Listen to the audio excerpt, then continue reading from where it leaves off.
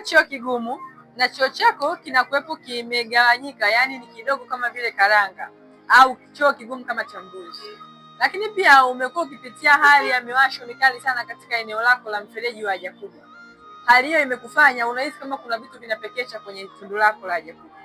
Hali hiyo unapoiona, usikimbilie tu kuweza kutumia dawa za kupuliza au dawa za kupaka. Ni vizuri kupata matibabu sahihi ambayo atakusaidia wewe kuweza kuondoa changamoto yako moja kwa moja, kwa sababu inawezekana ikawa ni viashiria vya mapema kabisa ambavyo vinaonyesha kuwa una changamoto ya bawasiri, na changamoto ya bawasiri inatokana na mfumo mbovu wa mmeng'enyo wa chakula.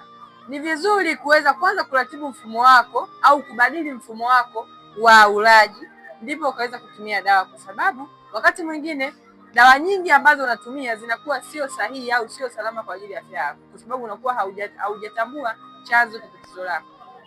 Usisahau kuchukua namba yangu hapo kwenye profile ili nikusaidie kukupa suluhisho la moja kwa moja la changamoto yako.